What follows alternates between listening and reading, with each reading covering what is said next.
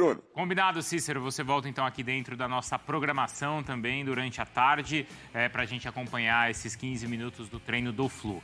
Fla-Flu então no domingo, mas ontem o Flamengo entrou em campo e no Campeonato Carioca empatou com o Fluminense na liderança da competição. Pedro Henrique Torre conta pra gente.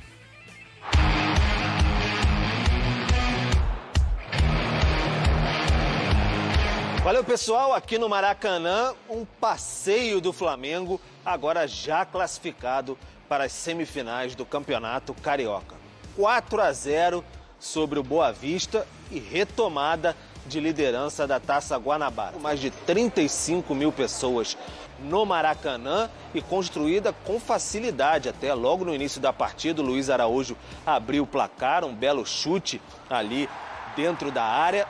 Depois, cruzamento de Cebolinha, o Pedro fez o seu 8º gol em 8 jogos na temporada. Parecia que seria uma goleada avassaladora já no primeiro tempo, mas o Flamengo perdeu várias oportunidades. Além disso, o Pedro perdeu uma penalidade, teve a chance de fazer o seu 2º gol no jogo, perdeu. Logo depois foi substituído e vaiado por parte da torcida no Maracanã. O Gabigol entrou e foi muito aplaudido. Depois do jogo, ouvimos os personagens aqui no Maracanã, como o Pedro, que falou sobre essa questão de receber vaias da torcida do Flamengo. Como sempre, né? A pressão no Flamengo, como eu falei, sempre existiu. Né? Não só no Flamengo, mas na minha carreira eu sempre tive pressão, né? Desde quando eu tentei ser jogador. Mas isso não me abala, pelo contrário, me dá mais força ainda para querer dar o meu melhor a cada jogo, como eu sempre faço. O Flamengo teve alguns problemas médicos. O Gerson, com a questão renal, ficou fora, internado, teve alta, mas vai ficar uns dias em casa. Pode até passar por uma cirurgia e perder mais alguns jogos. O Pulgar com febre e dores no corpo. E o Alan também tem dengue. Então tá fora aí por algum tempo o Flamengo com esses problemas. Para domingo tem Fla-Flu, jogo importante contra o 2º colocado da Taça Guanabara.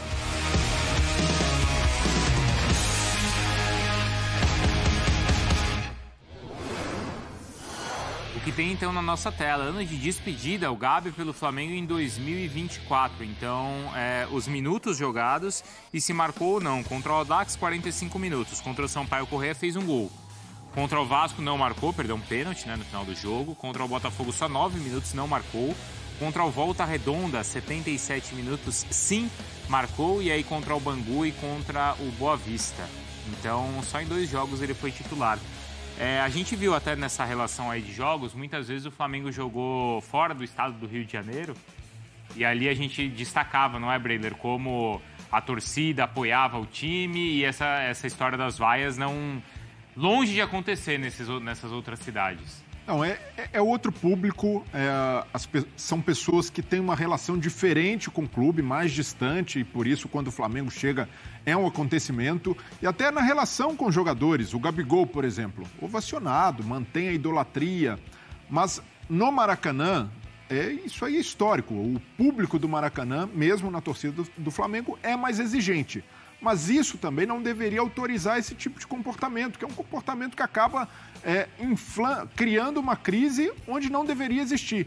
E no caso do Gabigol, ele perdeu o status de sumidade no Flamengo. Sumidade que eu digo, idolatria inabalada, o torcedor ainda tem muito carinho por ele, tanto que pede, tanto que aplaude, mas internamente o Gabigol não é mais intocável. E para o Pedro é uma situação muito favorável, porque antes o Pedro, quando entrava nos jogos, entrava bem, marcava, já tinha certeza de que dificilmente teria sequência. Hoje não, ele encontrou um técnico que o valoriza muito, que as características do Pedro são mais apreciadas que as do Gabigol. E tá tudo certo nisso aí. É a característica do técnico, a exigência, o Gabigol com a necessidade de se provar. Então, para o lado do Pedro, ótimo, que começa com confiança, começa marcando gol, mas não merece também ser vaiado pelo fato da torcida cultivar esse carinho pelo Gabigol. Então, ele não deve pagar por isso. O torcedor precisa entender que esse é o cenário ideal. Ter uma disputa aberta, justa, leal por posição e não com picuinha se o Pedro deve entrar ou o Gabigol precisa entrar e bater pênalti. O Flamengo não ganha nada com isso. E essa acho que passa a ser uma dor de cabeça ou uma escolha não só do Tite, mas até também do novo técnico da seleção brasileira. Porque na semana que vem o Dorival faz uma convocação e ele tem a chance de convocar 2 jogadores que brilharam juntos com ele, como treinador do Flamengo. Ele trabalhou com os dois e os dois trabalharam muito bem com ele, né? Recíproca. E o Dorival sinalizou que deve chamar mais jogadores que atuam no futebol brasileiro, né?